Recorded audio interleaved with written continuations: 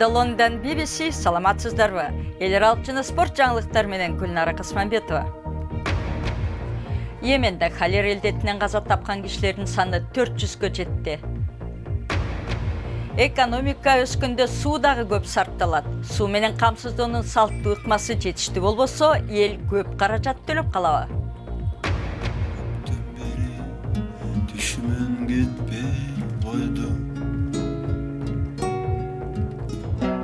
Борбор Азия президенттеринин өнөрү көп кырдуу. Алар ырдап, музыка аспаптарын чертип, айрымдары жада калса, диджейликти да өздөштүргөн. Йеменде 2 жылга созулган согуш Бириккен Улуттар уюмунун баамында дүйнөдөгү эң ири гуманитардык кризиске алып келди. Йемендин калкы ачарчылыкка туш келген, ага кошул ташыл болуп, холера илдети жайылып кетти. Бүгүнкү күндө холерадан 400 киши каза тапты. Эскерте кетели, айрым кадрлар оор тийиши мүмкүн.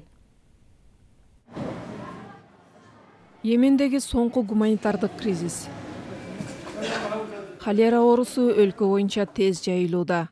Бейтапканалар согуштан жабыр тарткандарга ансыз да толгон.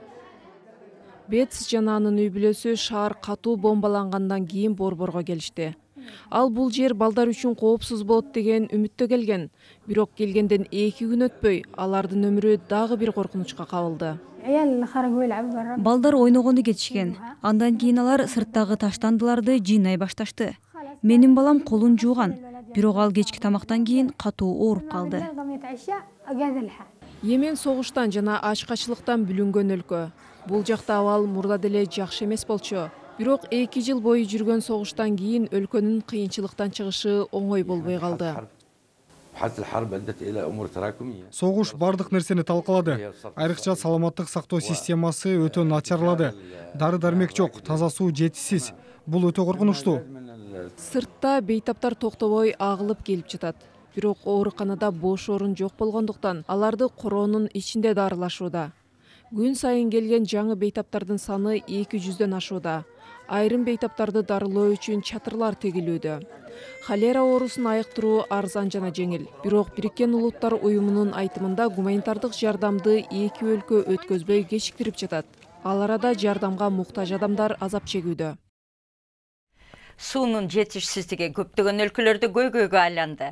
Экономиканын өнүгүүсү жана жаңы өндүрүштөр сууну ого бетер тартыш кылууда.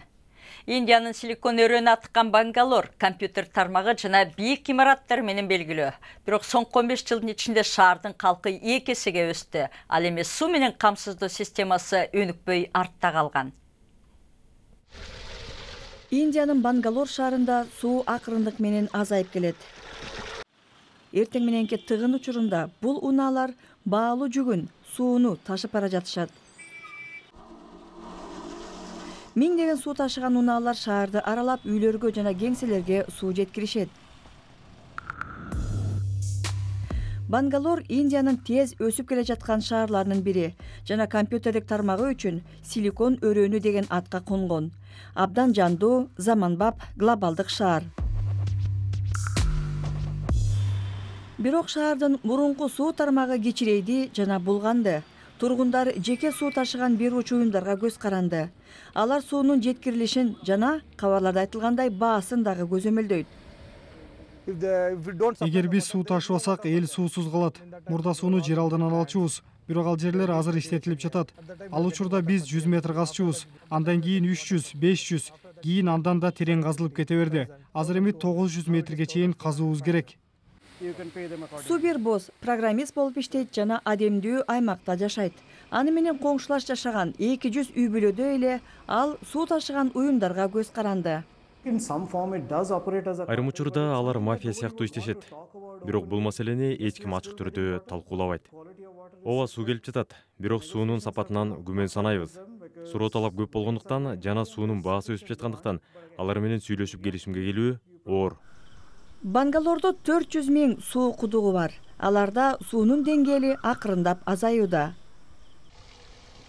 Эгер бул кудуктар кургап калса, шаар жашоого керектүү суусуз калат. Ошол кудуктарды кургатпай сактап калуу маселеси кабыргасынан турат. 1890-жылдан бери Бангалор биринчилерден болуп суу маселесин тескөөгө алган. Эми бул көйгөйдү чечүүдө дагы бир ирет алдыга кадам шилтөөсү керек. Бул маселе өтө тез арада чечилбесе, шаар кургакчылыкка туш келет. Түзөөдө BBC эми күндүн башка кабарлары. Панаманын мурдагы аскердик жетекчиси генерал Мануэль Нориега 83 жашында каза болду. Ал мурда AQShnын Латын Америкадагы ири шериктеши болгон. Бирок Флориданын соту Нориеганы баңгизат ташыган деп айыптап, Вашингтон аны менен иштешүүдөн баш тарткан. Ал 1989-жылы бийликтен күч менен кетирилген. Баңгизат ташыган жана акчаны адатташтырган деген айыптар менен Нориега AQShда 17 жыл абакта отуруп чыккан. Багдадта 2 жардыруунун натыйжасында 25тен ашуун адам мерт кетти. Жардыруунун бири эл көп барган балмуздак дүкөнүндө болду. 2 чабуул тең кечки мал элдин баары ооз ачып сейилге чыккан учурда орун алган. Өздөрүн ислам мамлекети деп атаган топ чабуулду уюштурганын айтып чыкты.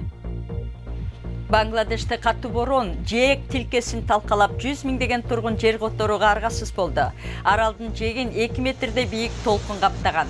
Рохинджа мусулмандары жашаган Кокс базары аттуу аймак эң катуу жабыркаган жерлердин бири болду. AQSh Ак үйдүн коомчулук менен байланыш бөлүмүнүн башчысы Майк Дубке кызматынан өз ыктыяры менен кетти. Тажрыйбалуу республикачыл стратег катары таанылган Дубке бул кызматта 3 эле ай иштеди. Бирок ал президент Трамптын алгачкы эл аралык иш сапары учурунда Вашингтондо байланыш иштерин жүргүзүп турууга макул болгон.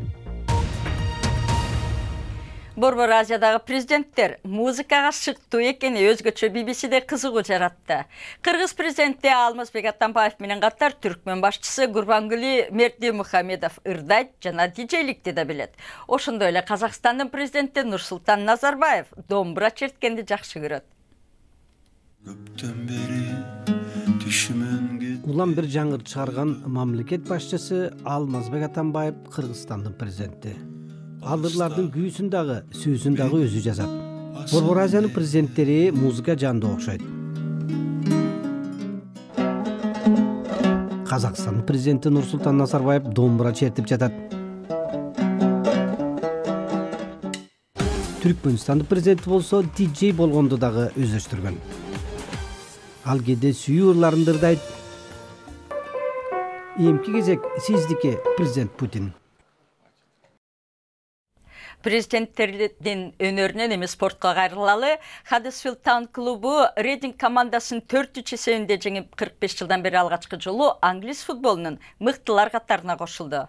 Клуб Уэмбли стадионунда чемпионатка жолдомо алчу тандоо оюндарында жеңип чыкты. Премьер-лигага кирүү клубка $220 миллион алып келет. Соңку 4 ирет чемпиондук сезондо 16-чы орундан көтөрүлбөгөн клуб үчүн бул таң каларлык жетишкендик болду.